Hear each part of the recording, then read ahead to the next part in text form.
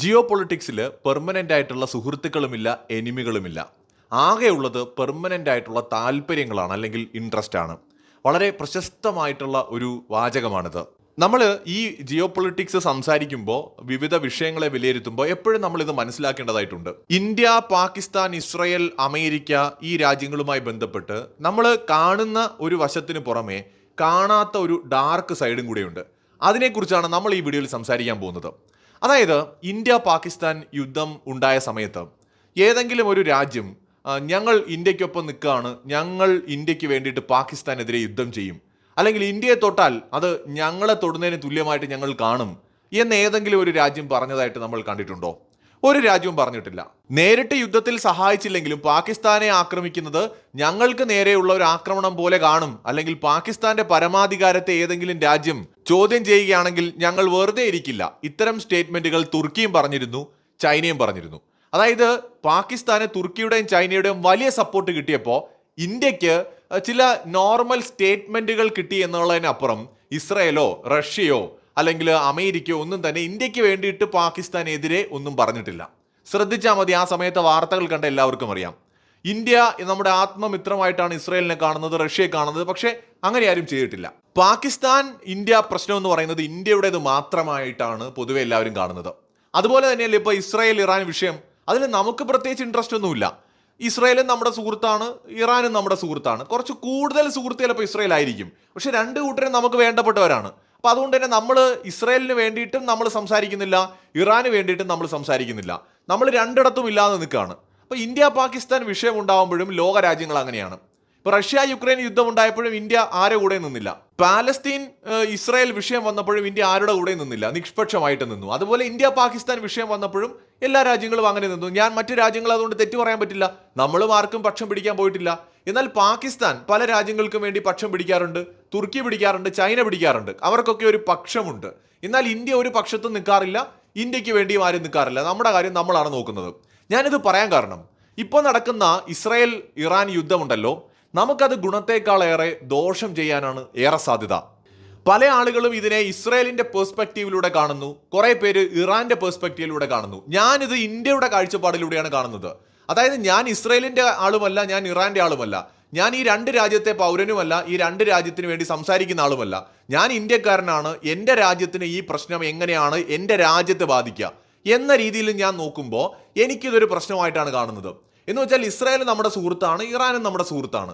പക്ഷെ ഇവർ തമ്മിലുള്ള യുദ്ധത്തിൽ ഈ രണ്ടു കൂട്ടരെയും സപ്പോർട്ട് ചെയ്യാൻ പറ്റില്ലെന്ന് മാത്രവുമല്ല, ഇറാനിൽ ഭരണമാറ്റം ഉണ്ടാവുകയാണെങ്കിൽ അതിന് വലിയ വില നമ്മൾ കൊടുക്കേണ്ടി വരും, ഇന്ത്യക്കാർ കൊടുക്കേണ്ടി വരും. ഏറെക്കാലം മുമ്പ് ഇന്ത്യ പ്രഖ്യാപിച്ച ഒരു പദ്ധതിയാണ് ചാബഹാർ പോർട്ട്. ആ പോർട്ട് എത്ര കാലം എടുത്തിട്ടാണ് ഒന്ന് പൂർത്തിയാവുന്നത്? ഇന്ത്യയും ഇറാനും തമ്മിൽ ഏകദേശം 10 വർഷത്തെ ഒരു കരാർ സൈൻ ചെയ്തിട്ടുണ്ട്. ഇറാനിൽ ചാബഹാർ പോർട്ട്, ഇസ്രായേലിൽ ഹൈഫ തുറമുഖം. അങ്ങനെ ഇപ്പോൾ അടികൂടുന്ന രണ്ട് രാജ്യങ്ങളിലും ഓരോ തുറമുഖം നിയന്ത്രിക്കുന്ന ഏക രാജ്യം നമ്മളാണ്. ലോകത്ത് ഒരു രാജ്യത്തിനും ഇത് അവകാശപ്പെടാൻ കഴിയില്ല. അത് ഇന്ത്യയുടെ മാത്രം പ്രത്യേകതയാണ്. നമുക്കങ്ങ് ഇസ്രായേലിലും തുറമുഖമുണ്ട്, ഇറാനിലും തുറമുഖമുണ്ട്. അപ്പോൾ ഇവിടെ ഇസ്രായേൽ തോറ്റാലും ഇറാൻ തോറ്റാലും നമുക്ക് നഷ്ടമുണ്ടാകും എന്നാണ് ആദ്യം തന്നെ നമ്മൾ മനസ്സിലാക്കേണ്ടത്. എന്തുകൊണ്ടാണെന്ന് വെച്ചാൽ, ഇപ്പോൾ ഏകദേശം 1000 കോടിയോളം രൂപ ഏറ്റവും കുറഞ്ഞത് നമ്മൾ ഈ ചാബഹാർ തുറമുഖത്തിന് വേണ്ടി മുടക്കിയിട്ടുണ്ട്.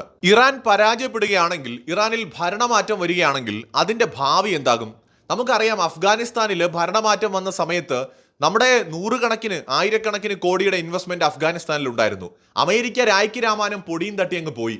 അമേരിക്ക അവിടെ ഉണ്ടാകും, അമേരിക്കയുടെ സപ്പോർട്ടുള്ള ഭരണകൂടം നിലനിൽക്കുമെന്ന് കൂടി കണ്ടുകൊണ്ടാണ് അഫ്ഗാനിസ്ഥാനിലെ ജനങ്ങളുടെ ക്ഷേമത്തിന് വേണ്ടി ഇന്ത്യ വലിയ ഇൻവെസ്റ്റ്മെന്റ്സ് അവിടെ നടത്തിയത്, വലിയ നിർമ്മാണ പ്രവർത്തനങ്ങൾ നടത്തിയത്. ഒരു സുപ്രഭാതത്തിൽ ഇതെല്ലാം ഉപേക്ഷിച്ച് അമേരിക്ക അവിടെ നിന്ന് ഓടിയപ്പോൾ നഷ്ടം നമുക്കായിരുന്നു.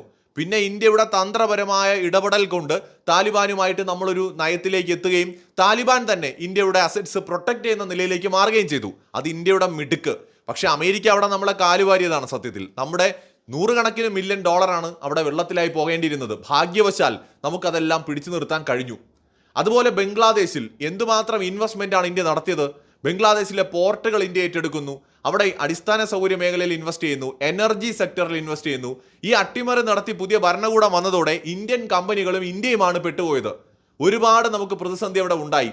നമുക്കെന്താണ് നേട്ടം അതുകൊണ്ട് ഉണ്ടായത്? ഒരു നേട്ടവും ഉണ്ടായില്ല. പുതിയ ഭരണകൂടം വന്നതുകൊണ്ട് നമ്മളുമായി നല്ല റിലേഷനിലുണ്ടായിരുന്ന ഒരു രാജ്യം കൂടി പിണങ്ങി. സകല ബംഗ്ലാദേശികളും നമുക്ക് എതിരായി മാറി. അമേരിക്ക നടത്തിയ അട്ടിമറിയിൽ അവിടെ ബംഗ്ലാദേശിലെ ഇന്റേണൽ പൊളിറ്റിക്സ് കാരണം ഉണ്ടായ പ്രശ്നങ്ങളിൽ എല്ലാവരും ബ്ലെയിം ചെയ്തത് ഇന്ത്യയെ. ഇന്ത്യ വിരുദ്ധതയായിരുന്നു അതിന്റെ ആ നടന്ന കലാപത്തിൽ പോലും നിഴലിച്ചു നിന്നത്. ഇനി ഇറാൻ ഇസ്രായേൽ പ്രശ്നം ഉണ്ടായിരിക്കുകയാണ്. ഇവിടെ ഇറാനിൽ ഭരണകൂടം മാറുകയാണെന്ന് കരുതുക. ഷായുടെ മകൻ, പഴയ രാജാവിന്റെ മകൻ അധികാരത്തിലേക്ക് തിരിച്ചു വരികയാണെങ്കിൽ അയാൾ ഇന്ത്യയോട് എങ്ങനെയായിരിക്കും അയാളുടെ സമീപനം? അയാൾ ഒരു പ്രോ അമേരിക്കനാണ്, അയാൾ ഒരു പ്രോ ഇസ്രായേലിയാണ്, അയാൾ ഒരു പ്രോ യൂറോപ്യനാണ്. ഈ രാജ്യങ്ങളുടെ താല്പര്യങ്ങൾക്ക് വേണ്ടി അയാൾ നിൽക്കൂ, പ്രത്യേകിച്ച് അമേരിക്കയുടെ താല്പര്യങ്ങൾക്ക്. അമേരിക്കയുടെ താല്പര്യം ഇന്ത്യ ഇപ്പോൾ ചാമ്പഹാർ തുറമുഖം ഏറ്റെടുത്ത് നടത്തണമെന്ന് അമേരിക്ക ആഗ്രഹിക്കുന്നുണ്ടോ? ഒരിക്കലുമില്ല. ഇന്ത്യക്ക് അങ്ങനെ ഒരു ജിയോ പൊളിറ്റിക്കൽ ഒരു എഡ്ജ് എവിടെയും ഉണ്ടാകരുതെന്ന് തന്നെയാണ് അമേരിക്ക ആഗ്രഹിക്കുന്നത്. ഇന്ത്യക്ക് ഒരു അഡ്വാൻറ്റേജ് എവിടെയും കിട്ടരുതെന്ന് തന്നെയാണ് അമേരിക്ക ആഗ്രഹിക്കുന്നത്. എല്ലാ രാജ്യങ്ങളും അങ്ങനെയാണ് ആഗ്രഹിക്കുന്നത്. അപ്പോൾ സ്വാഭാവികമായിട്ട് ചാമ്പഹാർ തുറമുഖത്തിന്റെ കരാറ് പുതിയ ഭരണകൂടം റദ്ദാക്കുകയാണെങ്കിൽ ഇന്ത്യക്ക് ഉണ്ടാവുന്ന നഷ്ടം ആര് നികത്തും? ഇസ്ലാമിക ഭരണകൂടത്തിന് കീഴിലുള്ള ഇറാന്റെ എല്ലാ എഗ്രിമെന്റുകളും ഞങ്ങൾ റദ്ദ് ചെയ്യുകയാണ്. ഇനി എന്തായാലും അത്തരം പ്രോജക്റ്റുകളൊക്കെ ഇറാൻ നേരിട്ട് ഏറ്റെടുത്ത് നടത്താൻ തീരുമാനിച്ചിരിക്കുകയാണ് എന്ന് പുതിയ രാജാവോ അല്ലെങ്കിൽ പുതിയ ഭരണകൂടമോ തീരുമാനിച്ച നമ്മൾ വെട്ടു, നമ്മുടെ ഇൻവെസ്റ്റ്മെന്റ്സ് എല്ലാം പോയി കിട്ടും. ഇവിടെ നമ്മൾ മനസ്സിലാക്കേണ്ട വളരെ പ്രധാനപ്പെട്ട ഒരു ചരിത്ര വസ്തുത കൂടിയുണ്ട്. കഴിഞ്ഞ ദിവസങ്ങളിലൊക്കെ അത് കുത്തിപ്പൊങ്ങി വന്നിട്ടുമുണ്ട്.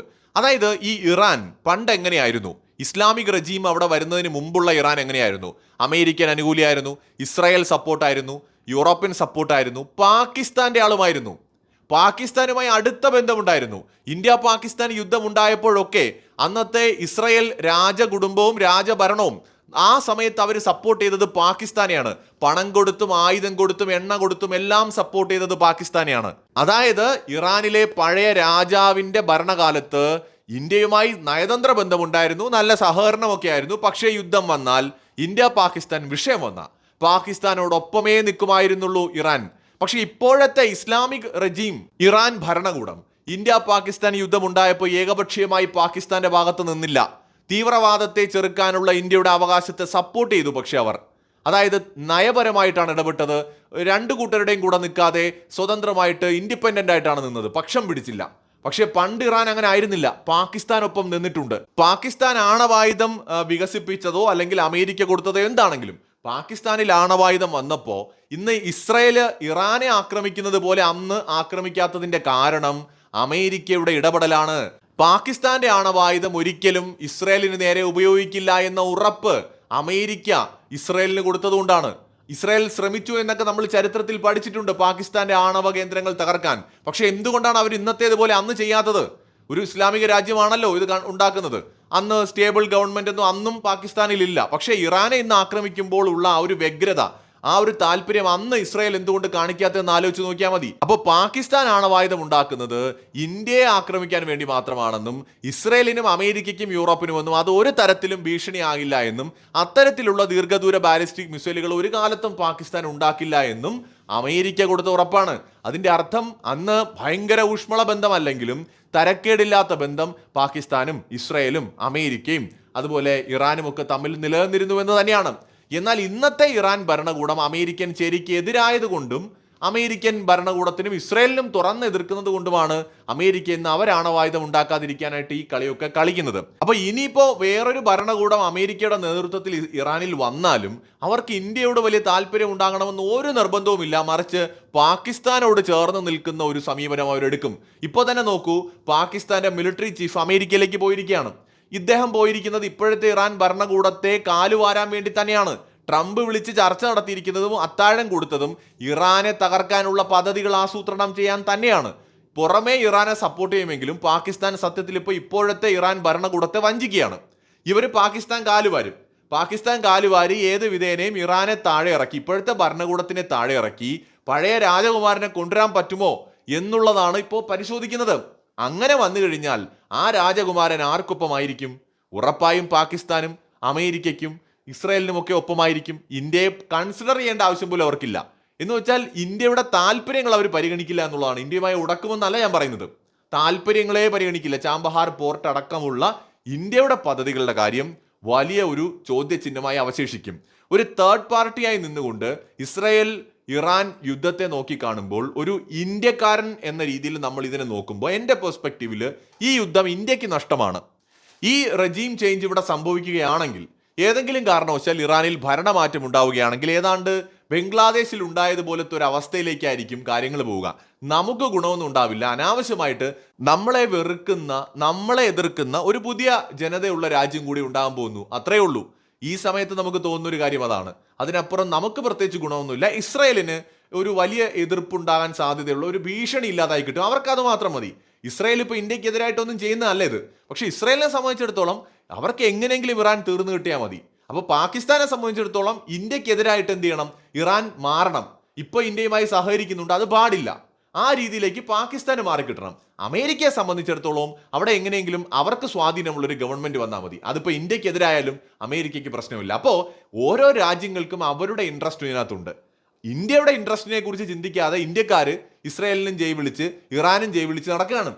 സത്യത്തിൽ നമ്മൾ ശ്രദ്ധിക്കേണ്ടതും ചിന്തിക്കേണ്ടതും നമ്മുടെ ഇൻട്രസ്റ്റിനെ കുറിച്ചാണ്. ഈ രണ്ട് കൂട്ടരെ കൊണ്ടും നമുക്ക് പ്രത്യേകിച്ച് ഗുണമുണ്ടാകാൻ പോകുന്നില്ല. ഇവർ തമ്മിലടിക്കുന്നത് അവരുടെ താല്പര്യങ്ങൾക്ക് വേണ്ടിയാണ്. അമേരിക്കയും പാകിസ്ഥാനും ഒക്കെ ഇതിനകത്ത് ഇടപെടുന്നതും അവരുടെ താല്പര്യങ്ങൾക്ക് വേണ്ടിയാണ്. നമ്മുടെ താല്പര്യം എന്ന് പറയുന്നത് നോക്കുമ്പോൾ ഇപ്പോഴത്തെ സ്ഥിതിയിൽ തുടർന്നു പോകുന്നത് തന്നെയാണ് സത്യത്തിൽ നമുക്ക് ഗുണം. റെജീം ചേഞ്ച് ഉണ്ടായാൽ അത് നമ്മളെയും ബാധിക്കാൻ സാധ്യതയുണ്ട്. മറ്റൊരു വീഡിയോയുമായി വീണ്ടും വരാം.